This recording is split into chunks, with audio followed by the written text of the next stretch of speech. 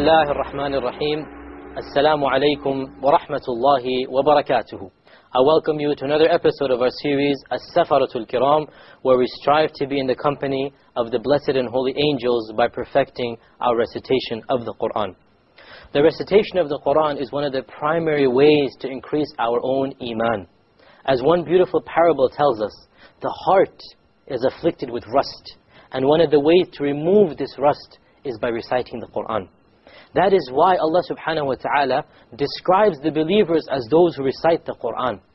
He mentions the characteristics of the believers, and he starts off this description by saying, إِنَّ الَّذِينَ يَتْلُونَ كِتَابَ اللَّهِ. Those who recite the book of Allah, and they pray, and they fast, and they do good deeds, they are the ones, يَرْجُونَ تِجَارَةً لَن تَبُورَ. They are going to have a very beautiful, a very beneficial, a very lucrative transaction, meaning that they will gain Jannah. So to recite and to memorize the Quran is an integral part of our iman. As the famous companion Ibn Mas'ud said, that he who does not have anything of the Quran in his heart, in his chest, he is like a broken house. He is like a ruined house. Meaning that if you wish to build your house, you want to make a strong house of your heart, recite the Quran and memorize the Quran. If you don't have anything of the Quran, Ibn Mas'ud described you then like a ruined or a house in shambles. And that is why the Quran describes itself as being enclosed in the hearts or in the chests of those who have knowledge. As Allah says, بَلْ هُوَ آيَاتٌ بَيِّنَاتٌ فِي صُدُورِ الَّذِينَ أُوتُوا الْعِلْمِ. The Quran is composed of clear verses, which is encompassed, enclosed in the chests of those who have knowledge. So if you wish to have knowledge, you wish to have iman, you must recite, you must memorize, you must ponder over, and you must implement the Quran. There is no other way besides this. In our previous episode, we were discussing the rules of the mad, or the elongation of the vowels. And today we're going to move on to part 2 of these rules. And we will discuss what happens when a hamza occurs after a mad. Remember, we defined the natural mad to be something in which there is no hamza before or after, and no sukoon before or after. Now we're going to talk about what if there is. A hamza before the mad, we discussed it already. We call that what type of mad? Substitution. Okay. Now we discuss what occurs if a hamza exists after the letter of mad. Now, logically this can occur in one of two ways. The hamza can either be in the same word, or it can be at the beginning of a different word. Which means that the mad occurs at the end of one word, and the hamza occurs in the beginning of the second. So let's take each of these two rulings one by one. If the hamza occurs in the same word as the mad, we call it the connected mad, al-mad al-muttasil. Obviously, why do we call it connected? Because it is connected, because it's in the same word. So common sense, you call it al-mad al-muttasil, the mad which is connected. This mad, you have to lengthen a very long way. So you have 4 or 5, scholars have given you the choice. You can do it 4 to 4 harakas. What is a haraka once again? It is the time that it takes to open a finger from a closed fist. Okay, so this is 1 haraka, 2 harakas, 3 harakas, 4 harakas. So the scholars say you have a choice of 4 or 5 harakas. Basically make it very long. So you must make this mad very long. Some examples. طَائِفَةٌ. Notice we have the alif followed by a hamza, okay, in the same word. So then you have to make it long. طَائِفَةٌ. You cannot just say طَائِفَةٌ, which is a natural mad, 2 harakas. That would be a mistake. Likewise over here, خَطِيئَةٌ. You have 4 or 5. You have to make it long. سُوءَةٌ. You have a waw preceded by a dhamma, followed by a hamza. You have to make it once again long. As-Samaa'a. Once again you have an alif preceded by a fatha, followed by a hamza. Again, it's just simple common sense. You look at the word, you examine what's before and after it, and you apply the rule. It's not that difficult. All it requires is you know the rule. So the rule is what? If the hamza occurs in the same word after the letter of mad, then you have to prolong it to 4 or 5. Likewise, si'at.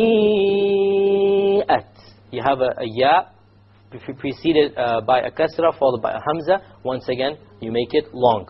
Likewise, malaika. Okay, again it's a common mistake. Al-malaika. No, this is a natural mad. You have to prolong it. Al-malaika. You have to make it long. If you don't make it long, then it is a mistake. So if it's the same word, you call it al-mad al-muttasil, or the connected mad. The ruling, you make it long, 4 or 5, meaning you have to make it very long. What's the other situation or scenario? If the hamza occurs at the beginning of a different word. This time, again, it doesn't take too much knowledge to understand. It's called a separated mad. In contrast to a connected mad, in Arabic we say al-mad al-munfasil. Why is it separated? Because it's in 2 separate words. Again, it's common sense. In this case, we have an option. We have a broader choice. We can lengthen it to 2 or 4 or 5 harakas. It's completely up to us. So you can't go wrong whatever you do, as long as you do a mad. Okay, whatever you do is going to be correct. There's only one point, and that is that, suppose you open up the Quran to recite. The first time you come across a separated mad, you need to make a choice. Do I want to recite al-mad al-munfasil as 2 or as 4 or as 5? Once you've made that choice, then until you finish that recitation, you should be consistent. You should be consistent in your choice. If you've chosen to recite it as 2 harakas, every time you come to a mad al-munfasil, a separated mad, make sure it's 2 harakas. Likewise, if you've chosen to be 4, make it 4, and with 5, make it 5. If you mix and match, it will not be correct tajweed. You should be consistent, but obviously not for the rest of your life, only for that particular recitation. When you sit down, you open the Quran. When you close it, then the next time you come, you can choose another length to do it. Let us look at some examples. Fi anfusikum. Okay, let us now do fi anfusikum as 2 harakas. Amr, why don't you try it as 2 harakas? Fi anfusikum. Very good. Okay, why don't you try it as 4 harakas? Qu anfusakum. Qu anfusakum. Very good. And why don't you try it as 5? Let's do the next example. Try that as 5. Ya ayyuha. Ya ayyuha. Okay, very good. See, so we have 2, 4, 5, everything is allowed. If I wanted to do fi anfusikum as 4, I could also do that. Fi anfusikum. I can do this as 5 as well. Fi anfusikum. So you can do it 2, 4 or 5. But, as I said, you must be consistent, okay? If you're not consistent, this will be a mistake in tajweed. Likewise, inna awhayna. Inna awhayna ilayka. So you have here the option of inna, you have 2, 4 or 5. If I want to do the 2, inna awhayna, move on. You don't have to make it long. So it's up to you how you want to do it, 2, 4 or 5. Therefore, this is the rule when the hamza occurs after the mad. Very simple.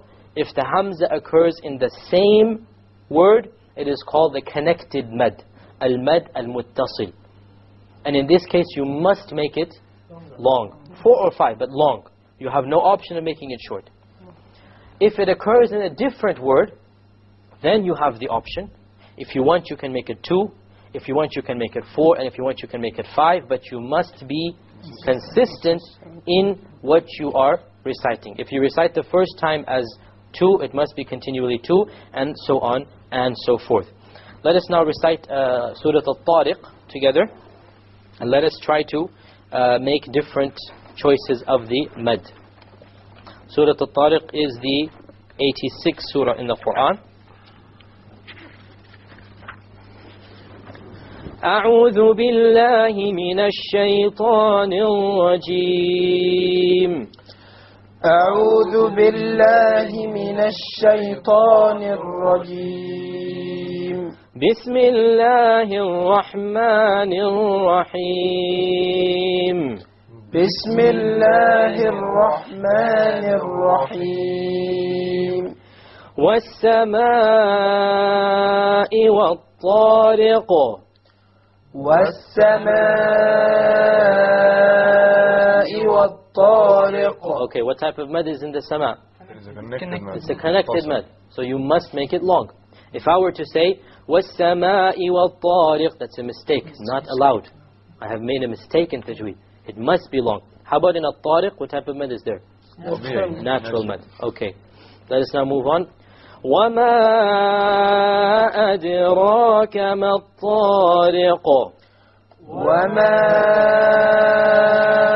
أَدْرَاكَ مَا الطَّارِقُ. Okay, here we have وَمَا أَدْرَاكَ. What type of mad is this? Separated. Separated mad. Now, how did I recite it? 4. With 4 or 5. I recited it long, okay? Yeah. Let us now recite it as 2 because we're allowed the choice. وَمَا أَدْرَاكَ مَا الطَّارِقُ وَمَا أَدْرَاكَ مَا الطَّارِقُ. So this is the 2. We did it. Both is allowed. Okay, we can have it 2, 4 or 5. Let us now go 5. وَمَا أَدْرَاكَ مَا الطَّارِقُ وَمَا أَدْرَاكَ مَا الطَّارِقُ. So we went out all the way. We maxed out to 5. Now, once again, for those of you who are not familiar with the harakas and how to do them, as I said, you have 2 ways. Firstly, in the beginning, when you're alone, you can actually physically open your hands and try to calculate how long the harakas are. Secondly, and this is the better way, go to the mashayikh, go to the qurra, go to the huffaz and recite to them, and also listen to their recitation. And listen to cassettes as well. When you listen to cassettes, you'll get a much better idea of how to judge how long a particular haraka is. Let's move on. النجم الثاقب النجم الثاقب. إن كل نفس لما عليها حافظ إن كل نفس لما عليها حافظ. Okay, let's rewind some rulings of tajweed that we learned earlier. النجم, what do we do on the jim there? قلقلة, because it's a silent jim and it's the lowest type. إن كل إخفاء, noon sakin followed by kaf. نفس لما, what do we do? إدغام without غنة, because there's tanween followed by alam. لما غنة, why? Mim mushaddad. We said anytime there's a mim mushaddad in the Quran, there will be a غنة. عليها حافظ. Another common mistake is that the alif is made deep. So many people might say حافظ. This is a mistake. The alif has to be light. حافظ, because there's a light letter before it. فلينظر, what do we do there? إخفاء. Okay. فلينظر الإنسان, another إخفاء, and then مما غنة. This is actually an idgham.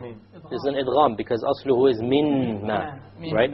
أصله, the original is min and then followed by ma.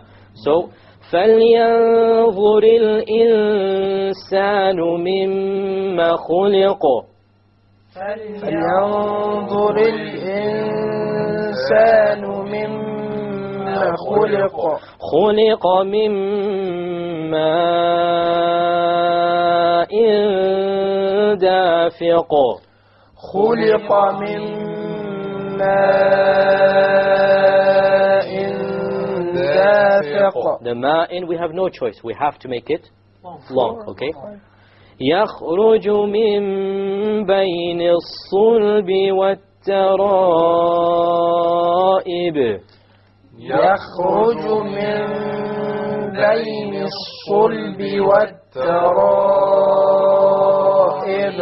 إنه على رجعه لقادر إنه على رجعه لقادر. Okay, the ra and the qadir. What type of ra is that? Light, because it is silent and before it is a kasra. Okay. With this we come to the conclusion of today's episode. We'll continue discussing the types of mudud in the next episode. Recite the Quran properly and try to be in the company of the holy angels, inshallah. Until then, wassalamu alaikum wa rahmatullahi wa barakatuhu.